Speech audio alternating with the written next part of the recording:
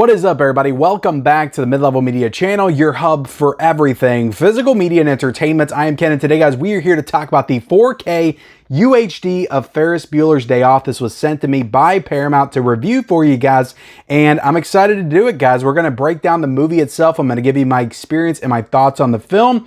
We're going to talk about the transfer, the audio, the special features, the packaging. This, of course, came in a steelbook right here, a very nice steelbook from Paramount. There's also a slipcover option as well. Now, this steelbook is currently going for $22.99, and the slipcover version is going for like $22.30. So the prices are very similar. So it really just comes down to which one do you prefer, because money's really not a factor when it comes to picking these out. I'm going to leave the link for both of those down below in the description. You can get both off of Amazon. But yeah, we're going to break it down. I'm going to let you know if this is worth a pickup. This just came out this past Tuesday. But before we get into it, hit the like button, hit the subscribe button if you haven't already. We talk physical media on this channel. Blu-rays, 4Ks, owning the movies that you love, all that stuff there behind me every single day. So if you like that kind of thing, hit the subscribe button and then hit that like button and then comment down below, guys. Is this one of your favorite John Hughes movies? I feel like this is a lot of people's favorite of the John Hughes filmography. It's definitely a fan favorite. So let me know if it's your favorite or if it's in your top 3 or top 5. In that comment section below. Also, let me know if you plan on picking this up. And yeah, guys, turn on bell notifications for all future videos, because I've got tons of stuff in recently to talk about and do reviews for. So there will be reviews flying fast and furious in the next few days for sure. But let's get into talking about Ferris Bueller. This is a movie that I will be upfront and honest. It's never been one of my personal favorite John Hughes movies, and everybody always gasps when I say that. You don't like Ferris Bueller? It's not that I don't like Ferris Bueller. I do like this movie. I probably like it even more now that I rewatched it in 4K. But it's a movie I watched when I was a kid, and I never wanted to rewatch this one. I always wanted to rewatch Weird Science, Breakfast Club, but Ferris Bueller was one that I did not revisit too often. I think I watched it for like the first time in 15 years, a couple of years ago, and I like the movie. I do. I think it's a ton of fun.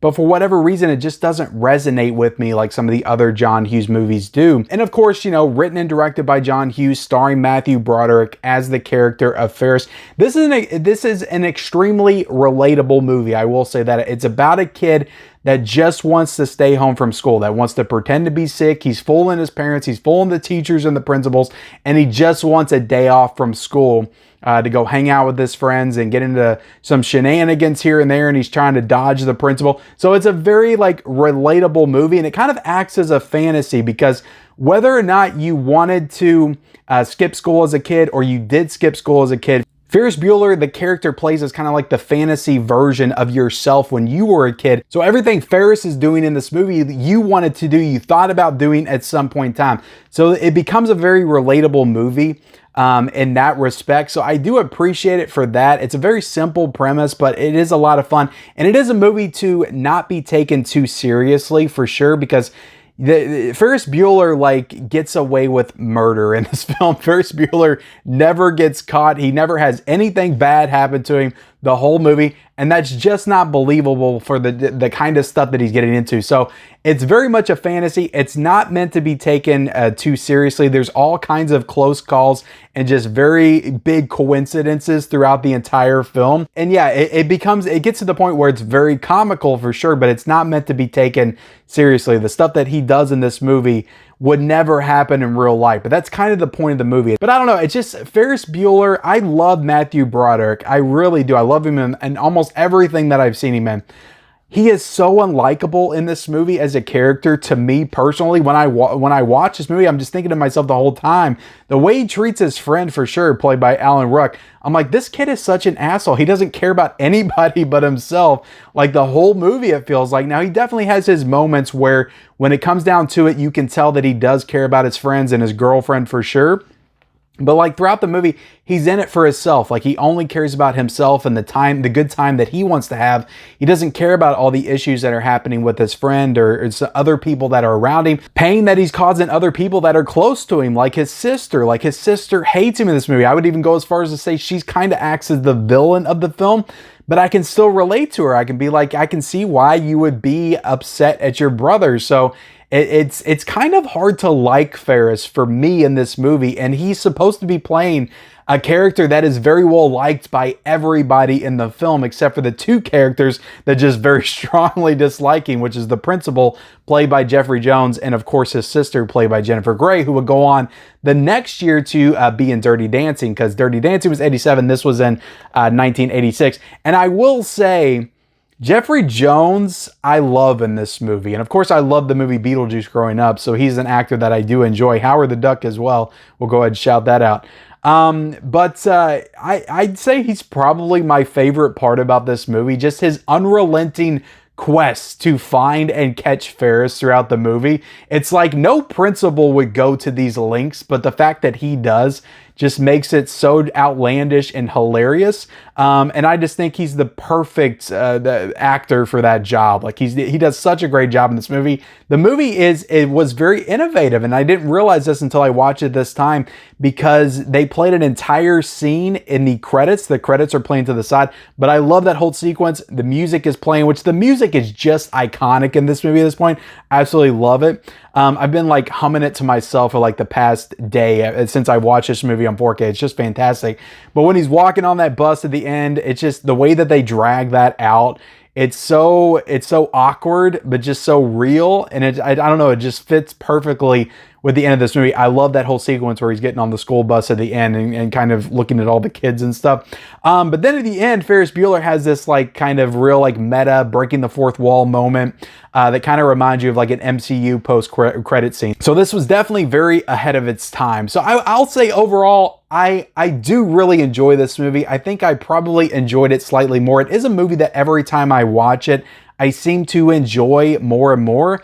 It's just I can't get over how like much I just want to punch Ferris Bueller's smug ass in the face like the whole film. I do enjoy this movie. I will give this a 4 out of 5. Now let's go ahead and jump into the 4K transfer and what it looks like, guys. So this is a native 4K transfer with Dolby Vision and HDR10. So Paramount pulled out all the stops for this film, and I thought it just looked fantastic. Like Paramount's, it feels like with the criticism of Planes, Trains, and Automobiles last year, which was the last John Hughes movie on 4K, Paramount kind of took that to heart, and it just feels like in 2023, they've really been putting out some banger 4K transfers. I thought Flashdance looked incredible. Dragon Slayer looked awesome. The Truman Show looked fantastic. I feel like they really took that criticism to heart, and they've just been putting out some banger 4K transfers. And Ferris Bueller's Day Off, I'm going to be honest, it might look the best out of all of them. This might be one of the best 4Ks that I have seen Paramount do since maybe The Godfather. And I think I said that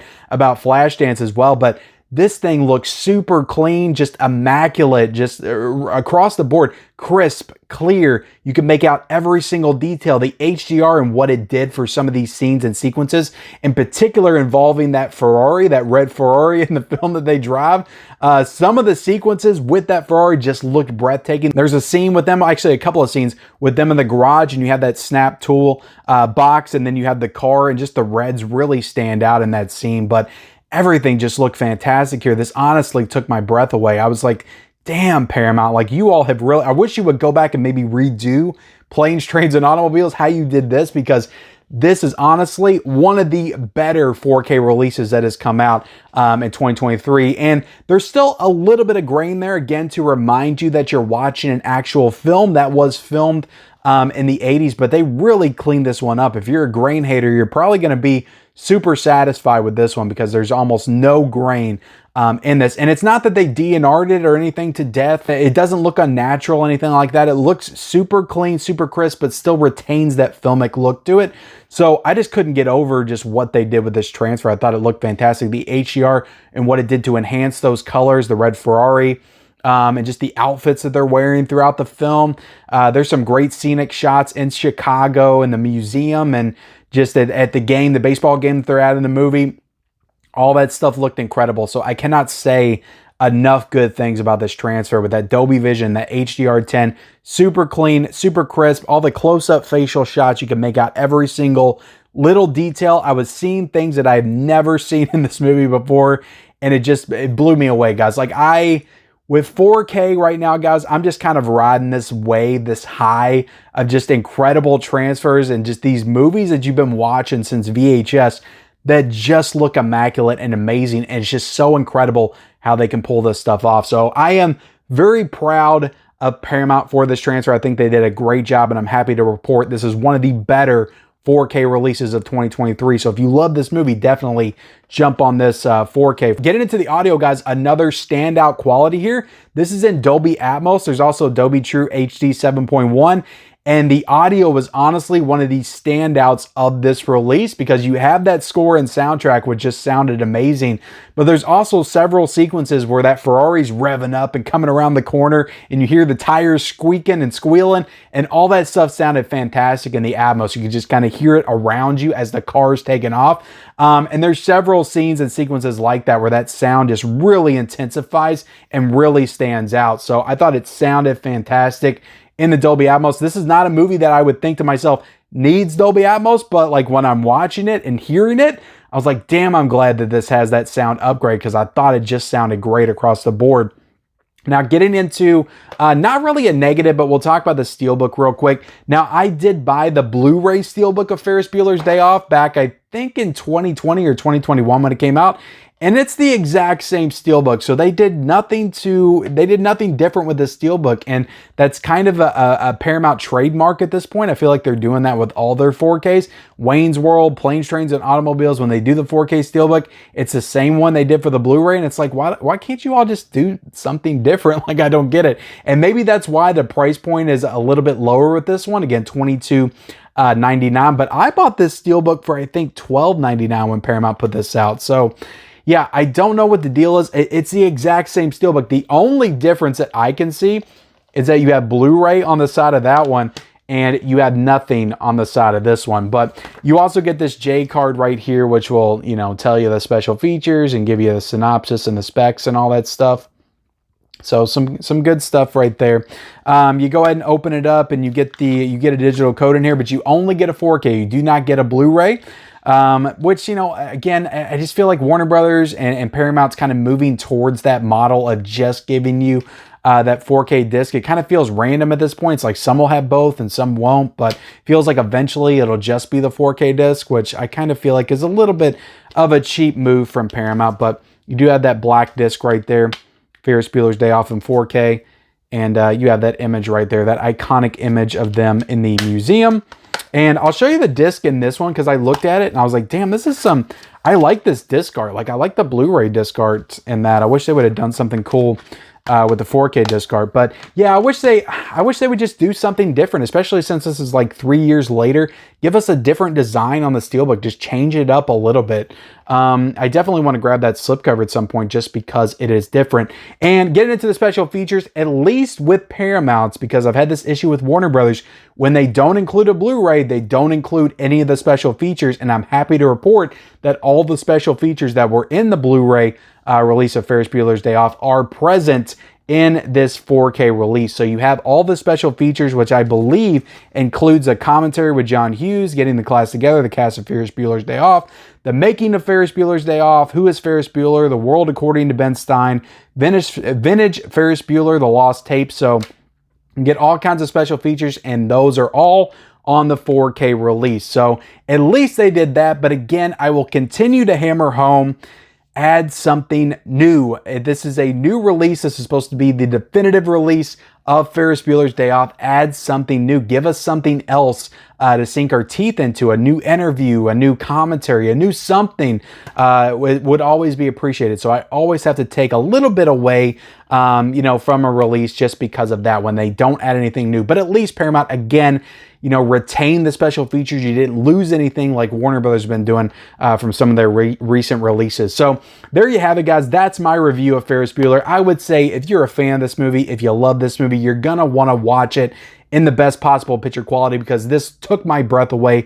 Looked absolutely fantastic. So I would say it's worth a pickup for sure for $22.30, and again $22.99 for the Steelbook. Absolutely worth a pickup. This was a great release by Paramount. So thank y'all so much for watching my review of Ferris Bueller's Day Off on 4K. Hit the like button, hit the subscribe button if you haven't already. Comment down below, guys, how you feel about Ferris Bueller. If you're going to pick up this 4K, let me know. Turn on the bell notifications for all future videos and follow me at all my links down below in the description. Twitter, Instagram, Letterboxd, TikTok, all the links and I'll see you next time.